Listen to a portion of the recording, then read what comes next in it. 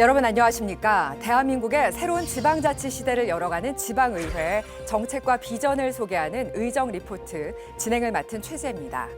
오늘은 수원의 예산과 조직을 운영하고 경제와 일자리 문제를 총괄하며 시민 삶의 질 개선을 최우선 목표로 일하고 있는 수원 특례시의회 기획경제위원회 위원들과 함께하겠습니다.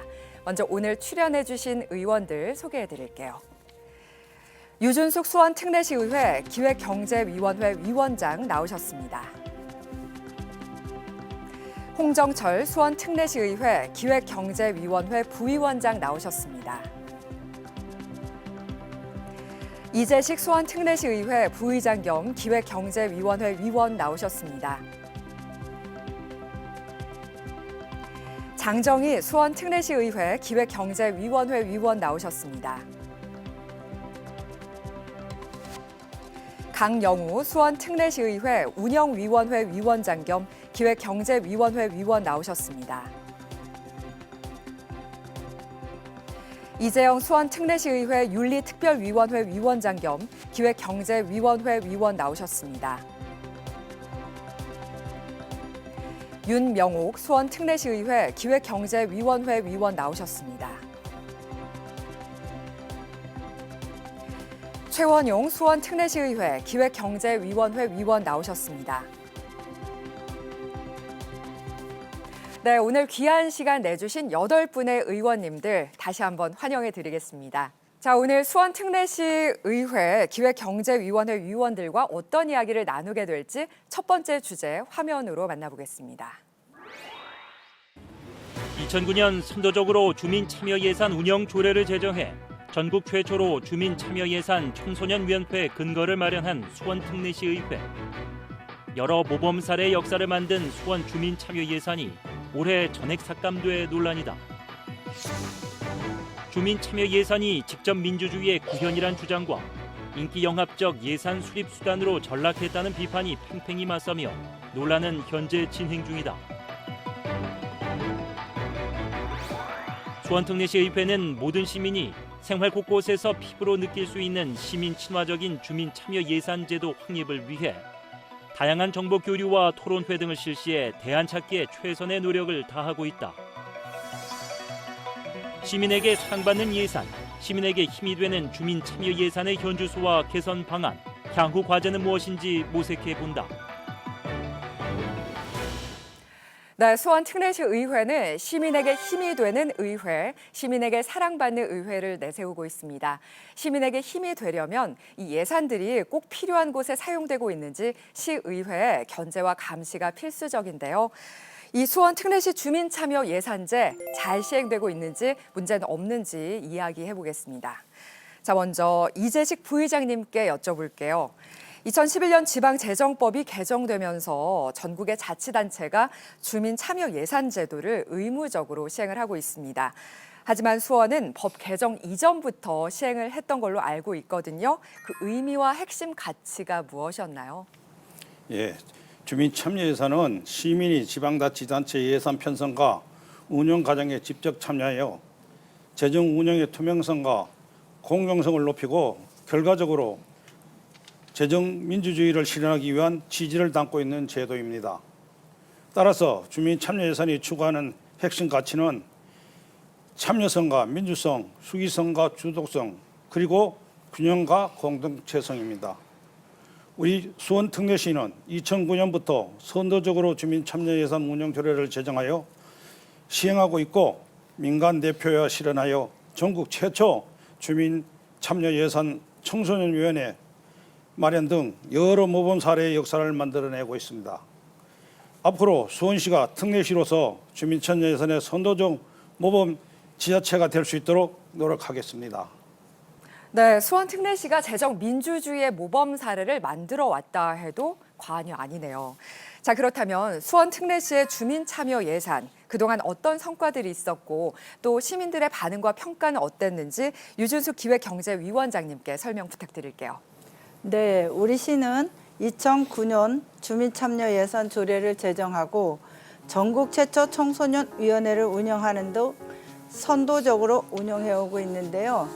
이를 인정받아서 2017년도, 18년도, 20년도, 22년에는 전국 자치단체 주민참여예산제도 평가에서 우수 지방자치단체로 선정되는 성과를 거두기도 했습니다. 하지만 우리 시는 사업 운영 과정에서 시정 참여형과 구정 참여형, 또 동단위 자치 계획 등의 사업으로 구체적으로 구분해 운영하면서 다양한 시민들의 참여를 보장하고 있으나 시민들의 의견을 수렴하는 기회가 적었다는 시민 여러분의 평가가 있었다는 것도 잘 알고 있습니다. 그래서 앞으로 저는 기획경제위원장으로서 주민들의 참여를 보장하기 위해서 시민과 또 시의회와 집행부 간의 협의체를 구성하고자 합니다. 많은 관심 부탁드립니다. 네, 그런데 이렇게 선도적으로 또 성과를 인정받았는데도 불구하고 올해 수원 특례시 의회가 주민 참여 예산 대부분을 삭감해서 논란이 되고 있습니다. 강영우 의원님, 예산 삭감에는 또 어떤 이유가 있었을까요? 네, 2023년도 주민참여 예산은 각 상임위원회에서 심도 있는 논의를 거쳐 삭감하게 되었는데 본 의원도 안타깝게 생각합니다. 이유는 크게 두 가지가 있습니다. 첫째, 주민참여 예산의 본래 목적과 취지를 살리자는 것입니다. 올해도 주민참여 예산안을 살펴보니 대부분이 보도블록 교체나 펜스 설치 등 집행부에서 마땅히 해야 될 사업입니다. 주민참여 예산은 집행부가 당연히 해야 될 일을 해야 하는 사업이 아닙니다. 작년에도 마찬가지로 보도블록 교체, 펜스 설치 등 도로 정비와 환경 개선 분야의 주민참여 예산 총액의 65% 이상이 해당하는 사업이었습니다. 주민참여 예산은 시민들의 자발적인 참여와 아이디어가 행정에 바로 반영되는 일종의 직접 민주주의 제도입니다. 주민참여 예산 본래의 목적과 의미를 되살리기 위해 예산 삭감을 어렵게 의결하게 되었습니다. 둘째, 주민참여 예산제도 운영 과정을 개선해야 한다는 것입니다. 주민참여 예산은 주민들이 예산에 대한 자기 결정권을 통해 재정 민주주의를 추구하기 위해 시작된 제도입니다. 또한 주민참여 예산 제도는 법적, 의무적 제도로서 그 입법 취지를 생각해 봐야 하는데요. 주민들이 직접 사업을 제안하고 제도로서 그 입법 취지를 생각해 봐야 합니다. 주민들이 직접 사업을 제안하고 심사하는 일련의 민주주의 절차를 보장하고 주민들의 의견을 적극적으로 수렴하도록 노력해야 합니다. 따라서 의회에서도 주민 참여 예산을 심사할 때 주민들의 의견을 민주적이고 수기 과정을 꼭 거쳐야 한다고 생각합니다. 하지만 이런 민주적 수기 과정이 부족했다는 아쉬움이 있는 것은 사실입니다. 네, 민주적인 운영을 점검하고 개선하기 위한 따끔한 예산 삭감이었다. 이렇게 볼 수 있겠네요. 지금 언급해 주신 아쉬움은 지난 3월에 개최된 수원시 주민참여 예산 토론회에서도 나왔던 것 같은데요. 이 자리에서 주민참여 예산은 공모에만 치중을 해서 많은 주민이 다양하게 참여할 수 있는 플랫폼이 부족하다라는 지적이 나왔습니다. 자, 이재영 의원께서는 어떻게 생각하시나요? 네, 주민참여 예산은 그동안 사업 공모의 과정이 중심이 되어 운영되어 왔습니다. 이제는 주민이 직접 무엇이 문제이고 무엇을 개선했으면 하는지를 직접 모니터링하고 플랫폼을 구축하여 우선 사업이 무엇인지 선택 집중함으로써 주민의 삶이 개선되어 진정한 주민 참여 예산 제도가 빠른 시일 내에 조기 정착할 수 있도록 최선을 다하겠습니다. 자, 그런데 토론회에서는 또 이런 지적도 나왔습니다. 주민 참여 예산 제도는 현재 주민의 사업 제안과 심사 과정을 거친 후에 이렇게 채택 후에는 추진 과정의 모니터링이 미흡해서 관행적 예산 집행이 이루어지거나 혹은 지연되는 경우가 다수다라는 지적인데요. 윤명옥 의원께서는 이런 지적 어떻게 생각하시나요? 네, 주민 참여 예산 추진 체계를 살펴보면 주민의 참여는 제안 사업 접수 단계에서만 제한적으로 이루어지고 있는 것이 현실입니다. 실제로 작년 기준 114개의 주민 참여 예산 사업 중 도로 정비와 환경 정비 사업이 87건이었고요. 예산 측면에서 볼 때 총액의 65% 이상을 차지했는데요. 이것은 현재 주민 참여 예산이 본래의 취지에 맞지 않게 운영되고 있다는 사실을 여실히 보여주는 사례입니다. 앞으로 주민참여 예산 운영 전체 과정, 즉 편성하고 집행하고 그리고 평가하는 모든 정보를 주민들에게 제공될 수 있도록 해야 하고요. 다수의 주민이 참여할 수 있도록 오프라인, 온라인 채널을 구축해서 주민과 의회와 집행부 간 재정관리 시스템을 구축할 수 있도록 노력해야 할 것입니다. 네, 운용 전체 과정에 주민의 참여를 보장하는 시스템을 만드는 게 우선이겠네요. 자, 그런데 3월에 열린 토론회에 최원영 의원님 참여를 하셨다고 들었습니다. 토론회에 참가해서 어떤 문제를 제기하셨고 또 어떤 대안들을 제시하셨나요? 네, 우선 시민들께서 예산에 대한 지식과 정보를 얻기가 쉽지가 않습니다. 그리고 예산의 운영 과정에 실질적으로 참여할 기회도 거의 없습니다. 또한 현재 주민 참여 예산제가 본래의 취지에 맞지 않게 예산 대부분을 도로 정비와 환경 정비 분야에 사용하고 있어 그 점을 지적했습니다. 해법으로 온 오프라인에 참여 공간을 구축해 예산 운영 과정에 시민들이 쉽게 참여할 수 있는 방안 마련을 촉구했습니다. 그리고 전국 우수 사례 자료집을 만들어 시민들께 제공할 수 있도록 집행부에 요청했습니다. 아울러 주민참여예산위원회 대표성 확보를 위한 방안 마련도 주문했습니다. 네, 의원님들이 공통적으로 강조를 하시는 게 주민들이 쉽게 공론화 현장에 참여할 공간을 만들고 또 전 과정에 주민이 참여할 수 있는 어떤 시스템을 만드는 것들, 이런 것들인 것 같습니다. 뭐 이런 얘기 역시 토론회에서 논의가 됐었는데 사업 전반의 주민 참여를 이끌어내기 위해서는 의회 주민 간의 재정 협의체를 상설로 해서 예산 심사를 내실 있게 해야 한다라는 제안이 나왔습니다. 장정희 의원님, 이 제안이 실효성이 있다고 보시나요? 네, 결국 주민 참여 예산은 주민들이 적극적으로 참여해서 예산에 대한 자기 결정권을 행사하는 것인데요. 이를 위해서는 집행부의 예산 편성 때부터 주민들과의 재정 협의체를 구성해 주민들의 의견 수렴을 하는 것이 필요합니다. 또한 의회에서 예산 결산 심사 시 주민 의견서를 제출하도록 하는 방안도 고려할 필요가 있고, 그리고 이러한 과정들을 종합적으로 관리해서 예산의 투명성과 효율성을 강화할 수 있는 주민, 의회, 집행부 간의 재정 협의체를 상설화하는 것도 좋은 방안이라고 생각합니다. 네, 의원님들께서 모두 끊임없이 고민을 하고 계십니다. 자, 그렇다면 앞으로 좀 더 폭넓게 주민들의 의견을 담을 수 있도록 하기 위해서는 어떤 방향으로 주민 참여 예산 제도가 개선돼야 할까요? 홍종철 기획경제부위원장님께 여쭤보겠습니다. 예, 앞서 많은 의원님들께서 좋은 말씀 해주셨는데요. 결국 주민 참여를 어떻게 이끌어내느냐가 가장 중요한 성패라고 생각을 합니다. 그러기 위해서는 주민 참여 예산 사업의 제안, 심사, 편성, 실행 등 전 과정에 대한 모니터링이 필요하고요. 가능한 한 통합 시스템을 구축하여 무엇보다 이 시민들이 이 시스템 안에서 잘 의견을 제시하고 그거에 대한 성과들을 모니터하는 게 가장 중요한 방법이라고 생각합니다.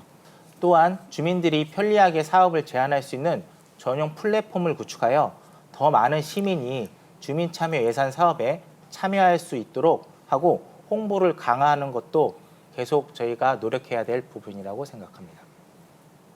네, 첫 번째 주제 마지막 질문은 유준수 기획경제위원장님께 여쭤보도록 하겠습니다. 주민 참여 예산이 본래 취지에 맞게 또 예산이 편성되고 운영되기 위해서는 무엇보다 시민의회 행정 간의 충분한 소통과 논의가 필수적일 겁니다. 만약에 이렇게 충분한 논의로 개선 방안이 마련된다면 6월 추경 예산에는 또 긍정적으로 반영이 될 수 있을까요? 네, 주민 참여 예산은 주민들이 예산 편성 과정에서 직접 참여할 수 있도록 법적으로 보장되는 제도로서 주민의 생생한 의견이 예산에 반영될 수 있는 좋은 제도입니다. 따라서 시민과 시의회와 집행부 간의 충분한 소통을 통해서 주민 참여 예산 본래 취지에 맞는 사업을 제안한다면 당연히 추경에서 반영될 것입니다. 앞으로 주민들의 의견이 많이 반영될 수 있도록 기획경제위원장인 저부터 노력하겠습니다. 네, 저도 처음에 예산이 삭감됐다라는 얘기를 들었을 때는 이렇게 좋은 정책의 예산이 왜 깎였지 의아했는데요. 들어보니까 좋은 정책의 취지를 잘 살리기 위해서 이 반성에서 비롯됐음을 알게 됐습니다. 앞으로 주민 참여 예산 더 기대하고 지켜보도록 하겠습니다. 지금까지 수원 특례시 주민 참여 예산제 현 주소와 개선 방안에 대해서 이야기 나눠봤고요. 또 이제 두 번째 주제로 넘어가겠습니다. 두 번째 주제 화면으로 만나보시죠. 우리 사회의 저출산과 고령화는 극복해야 할 시대적 과제가 됐고 수원 특례시도 예외는 아니다. 2022년 통계청 자료에서 수원시 4개 구 중 전국 출산율 0.78명보다 낮은 곳이 2곳이나 되는 것으로 나타났다.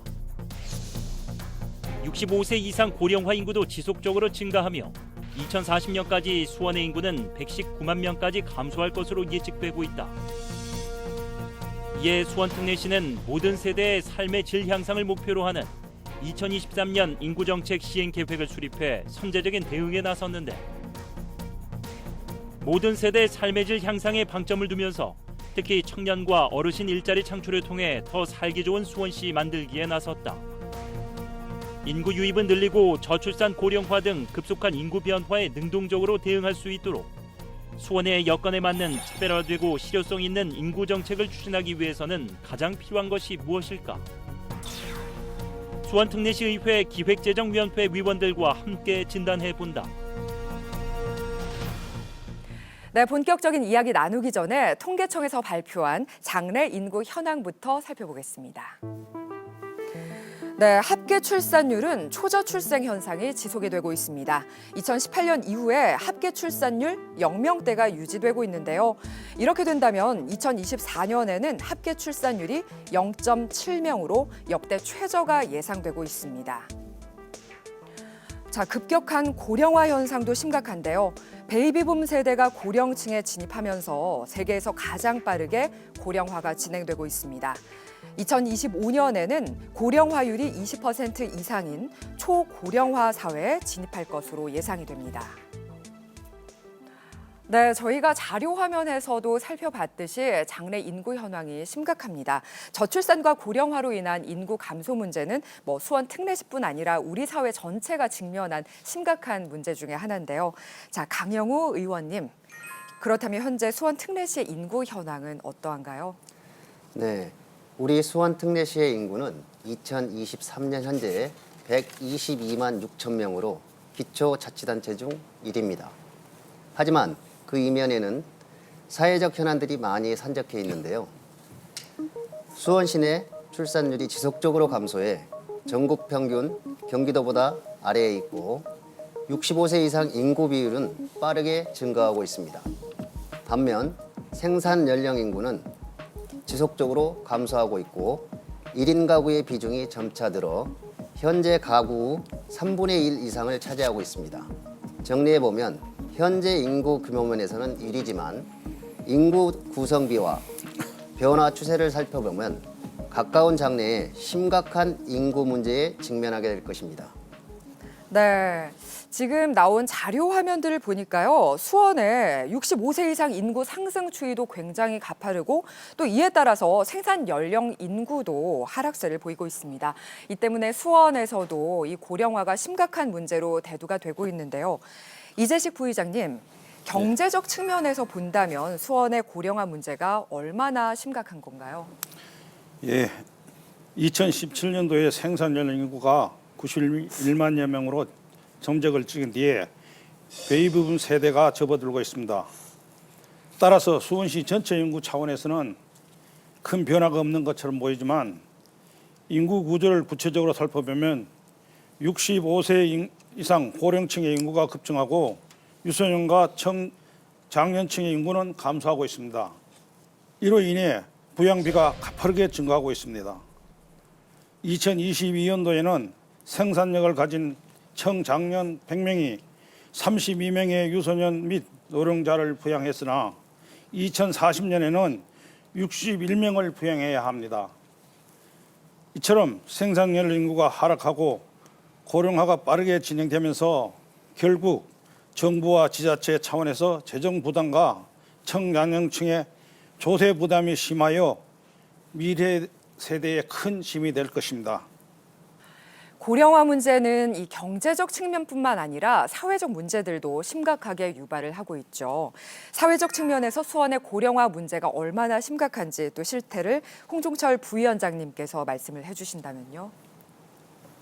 앞서 그래프에서 보신 것처럼 수원시 고령 인구는 2012년 8만 4천 명에서 2023년 15만 명으로 약 2배가량 증가했습니다.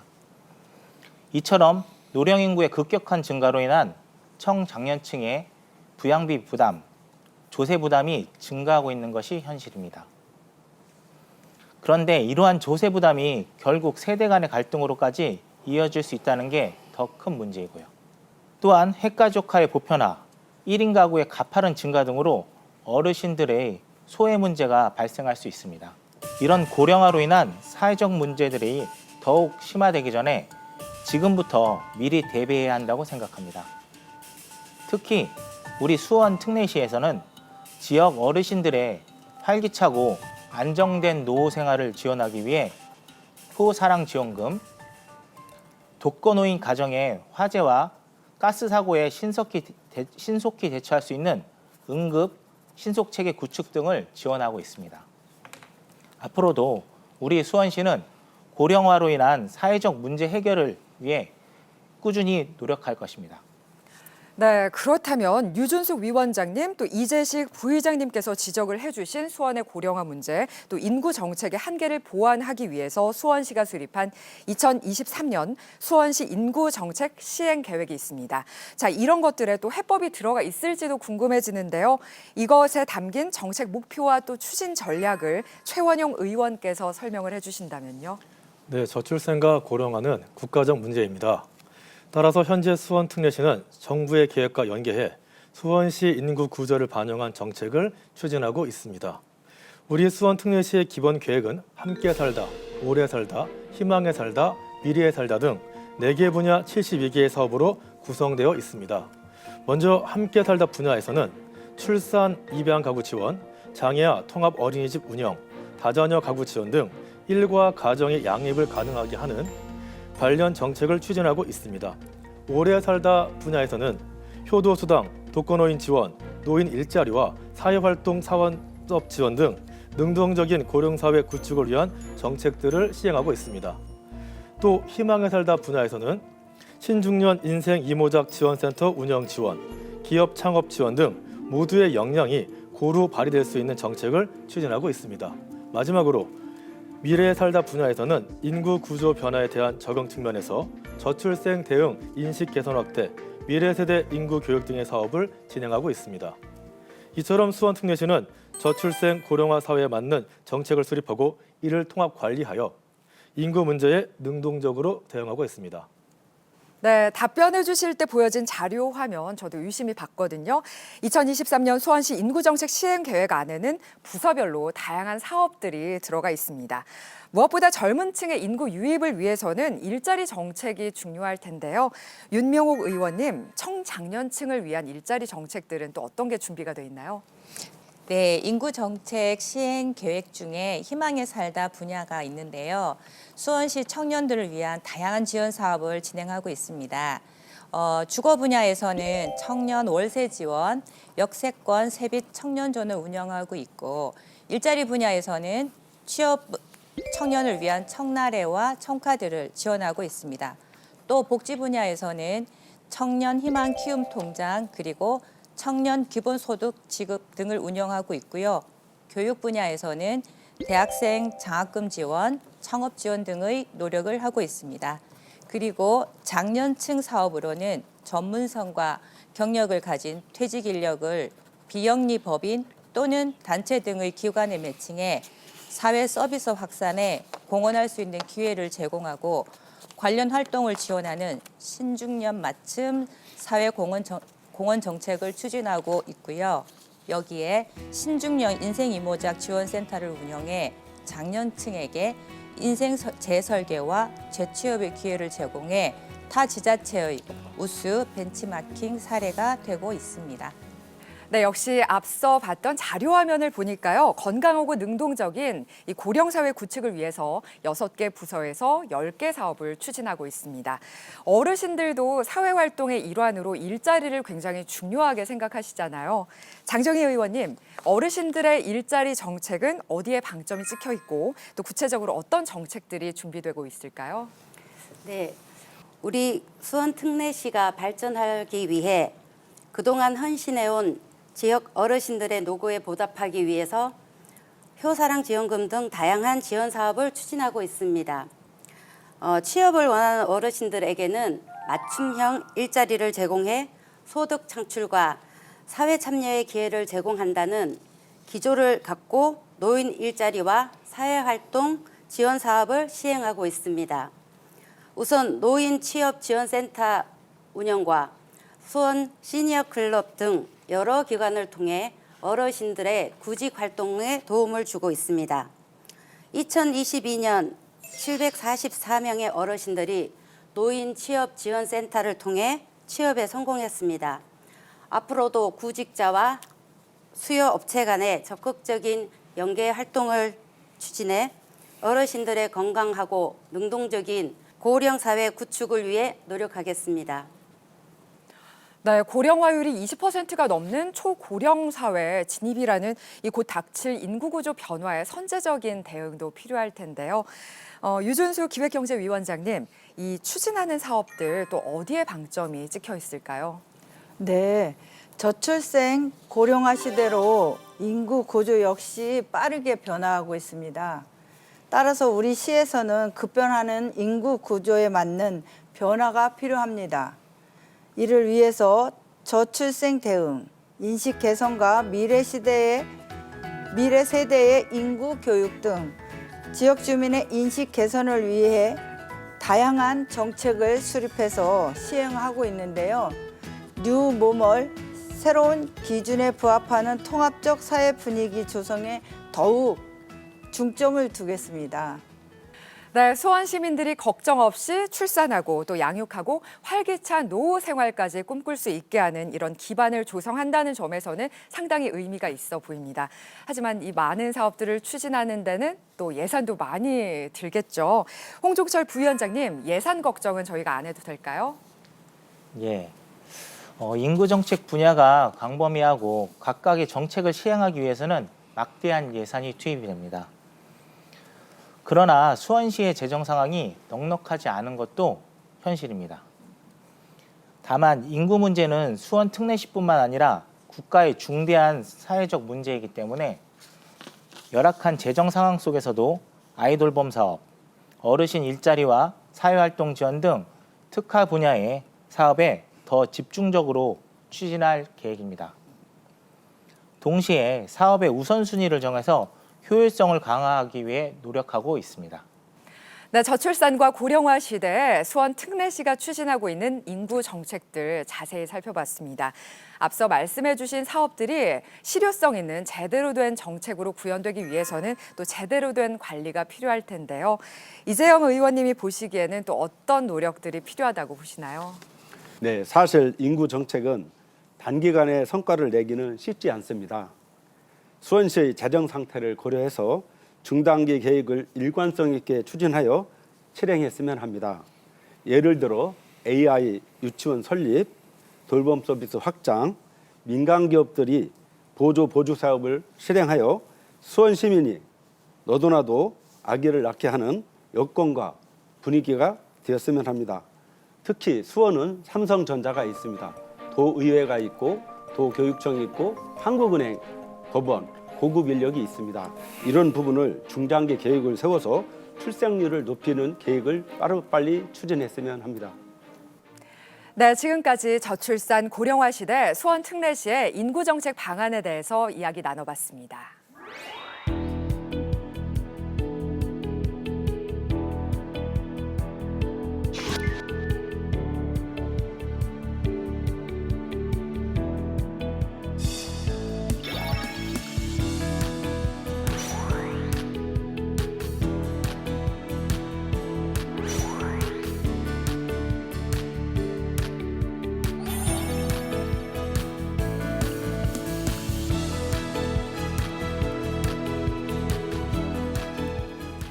지금부터는 오늘 함께하고 있는 8분의 기획경제위원회 위원들의 의정활동 소회와 또 앞으로의 활동 계획까지 들어보는 시간 마련했습니다.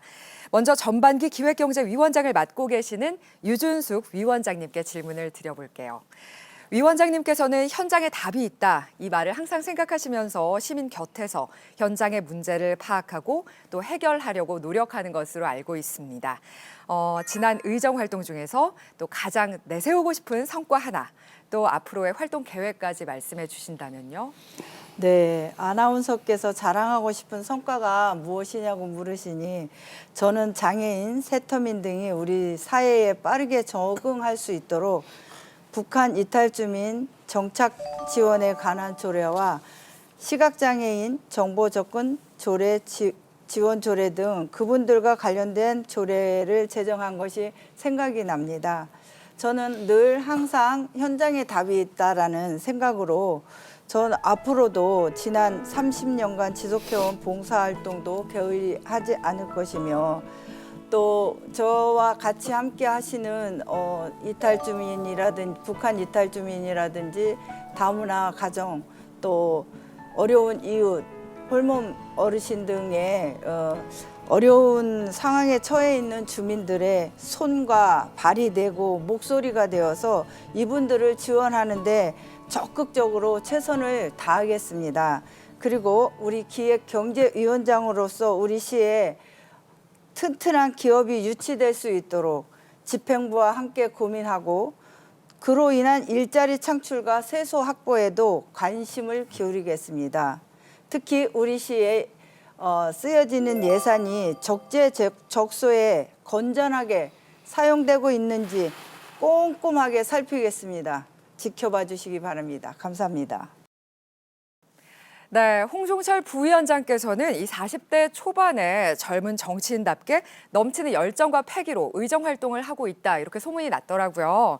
그 열정을 또 따라서 조례안도 많이 내셨던데 대표적인 조례안 한 가지와 또 향후 활동 계획까지 말씀을 해주시죠. 예, 지난해 11월 제372회 정례 때 발의한 수원시 결산검사위원회 선임 및 운영에 관한 조례가 가장 기억에 남습니다. 이 조례는 제가 의회에 들어와서 처음 발의한 조례인데요. 현재 통과된 조례 중에 가장 많은 의원님들이 공동 발의해 주셨습니다. 예산의 편성만큼이나 결산도 중요한데요. 한 해 예상 집행을 잘 했는지 보기 위한 결산검사의 중요성이 간과되고 있는 것이 현실이었습니다. 해당 조례안은 결산 기능을 강화하기 위하여 검사위원회 정수를 늘리고 시장 추천위원을 삭제함으로써 시의회의 견제 기능을 강화하고 결산검사 업무의 전문성과 효율성을 제고하기 위해 발의한 조례입니다. 시민의 소중한 혈세가 시민의 수요에 맞게 효율적으로 사용될 수 있도록 앞으로도 시의회의 예산 편성 및 결산 기능을 강화하기 위해 노력하도록 하겠습니다. 또한 주민의 대변인으로서 주민에게 꼭 필요한 조례가 발의될 수 있도록 앞으로도 최선을 다하겠습니다. 감사합니다. 네, 그리고 이재식 의원께서는 수원 특례시 최초 최다선 6선 의원으로 시의회 부의장도 맡고 계십니다. 여소야대 형국에서 협치를 위해서 또 많은 노력을 기울이신 걸로 알고 있는데요. 자, 그동안 의미 있었던 성과와 또 향후 계획까지 말씀을 해주신다면요.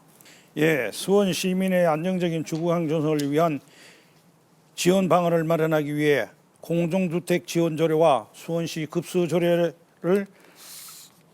발의했습니다. 또한 수원 시민의 건강하고 안전한 먹거리 환경을 조성하기 위해 지속 가능한 지역 먹거리 순환 체계를 확립하여 먹거리 보장 기본 조례안을 발의하기도 하였습니다. 앞으로도 수원 시민 누구나 경제적, 사회적 차별 없이 안전적인 생활을 영위할 수 있도록 시민에게 실질적인 도움이 되는 조례를 만들기 위해 최선을 다하겠습니다. 네, 그리고 지난 2020년에 수원에 유초 중학교를 통합한 도시형 미래학교 설립이 승인돼 2025년에 개교를 앞두고 있습니다. 장정희 의원님께서는 도시형 미래학교의 성공적인 개교, 또 향후 안정적인 운영을 위해서 어떤 계획들을 갖고 계신가요? 네, 지난 2020년 전국 최초로 유초중 통합 도시형 미래학교 설립이 승인되어서 2025년 개교를 목표로 현재 추진 중에 있습니다. 도시형 미래학교는 우리 지역 최대 관심사였던 중학교 신설을 위해 2016년부터 시작하였는데요. 주변에 있는 중학교 배정으로 학교 신설이 무산되었습니다. 그런데 기존 학교로 배정하면서 안전한 통학로 문제라든가 아니면 초과밀 초등학교가 생기면서 많은 문제점들이 발생해서 또 여러 방면으로 연구를 하면서 전국 최초의 도시형 미래학교로 결정되었습니다. 도시형 미래학교는 유초중 통합학교와 수영장, 체육관, 평생학습시설 등 주민들이 함께 활용할 수 있는 복합시설이 함께 만들어집니다. 전국 최초 수원에서 시작되는 도시형 미래학교는 빠르게 변화하는 주거 환경과 교육 환경에 대응하기 위한 차세대 학교 모델입니다. 성공적인 도시형 미래학교가 2025년 개교를 위해 꼼꼼히 챙기며 안정적인 운영을 위해 많은 관심을 기울이고 있습니다. 교육청과 지역 주민들의 의견을 모아 전국 최초의 모델이 될 수 있도록 최선을 다해 지원하도록 하겠습니다. 강영우 의원께서는 의회 운영위원장으로도 활동을 하고 계시거든요. 재선 의원으로 수원 특례시 시민을 대변할 수 있는 역할을 위해서 노력하겠다라는 포부를 밝히면서 의정 활동을 하고 계신데 그동안의 성과와 또 앞으로의 계획은 어떻게 되시나요? 네, 코로나19를 거치며 수원시 지역 경제가 많이 침체되어 있습니다. 따라서 전통시장, 소상공인, 중소기업 등 지역 내 어려움을 겪고 있는 시민들과 기업들을 지원하는 것이 시급하다고 생각합니다. 지난 2023년 3월 374회 임시회 때 기업경제위원회에서 중소기업의 현실적이고 실효성 있는 지원을 하기 위해 중소기업 기업 관련 조례를 발의했습니다. 앞으로 수원시의 경제발전과 주민들의 복리 증진을 위해 기업경제위원회 의원님들과 함께 최선의 노력을 다하겠습니다. 네, 이재영 의원께서는 지난해 아주대병원의 경기 남부권역 응급의료센터 재지정 탈락에 대한 시의 대응책 마련을 촉구하기도 하셨습니다. 자, 현재는 또 어떤 상황이고 또 아주대병원의 권역 응급의료센터 재지정 방안을 위해서 어떤 계획들을 갖고 계시나요? 예, 아주대학교 병원은 약 20년간 경기 남부 응급의료센터 및 외상센터로 지정되었습니다. 특히 과천, 의왕, 안양, 화성, 군포, 수원, 오산 등 경기 남부권 지역의 약 410만 명의 생명을 지키고 있는 핵심 의료기관으로서의 역할을 했습니다. 그러나 아쉽게도 지난년 9월 보건복지부 의료센터 재정 상사에서 아주대가 탈락했습니다. 수원 시민의 생명과 안전을 위해 응급의료센터를 재유치해야 합니다. 이를 위해서 아주대의 시설, 장비, 인력 등 법정 기준을 충족으로 해 관련 지원책을 마련하고 보건복지부와 지속적으로 협의하여 응급의료센터 재지정을 위해 노력하겠습니다. 윤명옥 의원께서도 최근에 의미 있는 조례안을 또 발의를 하셨습니다. 수원시 경력 단절 여성들의 경제활동 촉진에 관한 조례 전부 개정 조례안인데요. 이 조례안이 또 어떤 내용들을 담고 있고 또 향후에 나아가서 경력 단절 여성들을 위해서 또 어떤 계획들 갖고 계신지 궁금합니다. 네, 결혼과 육아, 보육 등으로 인해서 경력이 단절된 많은 여성들이 있습니다. 다시 자신의 경력을 잇기 위해 적극적인 구직 활동을 하고 있지만 재취업에 큰 어려움을 겪고 있습니다. 따라서 저는 지난 제374 임시회 때 경력 보유 여성 등의 경력 잇기 지원에 관한 조례를 발의하였습니다. 앞으로 경력 보유 여성들에게 최신의 자격증 취득과 직업 교육 훈련 등으로 다양한 프로그램을 개발하여 제공하도록 집행부와 지속적으로 협의해 나갈 계획입니다. 또한 경력 보유 여성의 구직 활동을 보조하는 전용 플랫폼을 구축하여 경력 보유 여성들이 기업에 대해 자신을 어필하고 기업 역시 자신들이 구하고 있는 맞춤형 인재를 효율적으로 찾을 수 있도록 플랫폼 사업 추진도 열심히 준비하고 있습니다. 경력 보유 여성들이 적극적으로 경제 활동에 참여하여 당당한 주체로 살아갈 수 있도록 관련 지원 방안하는 데 최선을 다하도록 노력하겠습니다. 최원용 의원께서는 초선이지만 지난해 11월 본회의 5분 발언에서 수원시에 조례를 준수해 줄 것을 촉구하는 한편 또 수원시 사무위탁 조례 일부 개정 조례안을 발의하기도 했습니다. 이런 성과들이 어떤 의미를 갖는다고 생각하시나요? 네, 위원회 구성인원 미준수, 협의체 구성 미이행 등 조례를 준수하지 않은 사례들을 지적한 저희 5분 발언과 위탁 사무의 신뢰도 향상을 위해 감사 의무를 개정한 일부 개정 조례안은 모두 시민의 편의와 수원시 경제 발전을 위한 조례 재개정의 선행 조건입니다. 많은 의원님들이 수원시의 발전을 위한 조례들을 제정해도 실제 운영 과정에서 이러한 사항들이 지켜지지 않는다면 조례 제정 자체가 무의미하기 때문입니다. 저는 앞으로도 수원 시민의 권익과 수원시 경제 발전을 위한 조례를 만들기 위해 노력할 것입니다. 또한 집행부가 시민을 존중하는 마음으로 시민의 대의기관인 의회가 제정한 조례를 존중할 수 있도록 노력하겠습니다. 네, 지금까지 기획경제위원회 8분의 의원들과 함께 수원시 주민참여 예산과 저출산 고령화 시대 인구 정책 그리고 향후 의정활동 계획까지 들어봤습니다. 이렇게 다양한 정책으로 시민들의 삶의 질이 향상될 수 있기를 기대해 보겠습니다. 오늘 함께해 주신 의원님들 정말 감사합니다. 수원 특례시 기획경제위원회 위원들과 함께한 의정 리포트 여기서 마치겠습니다. 시청해 주신 여러분 고맙습니다.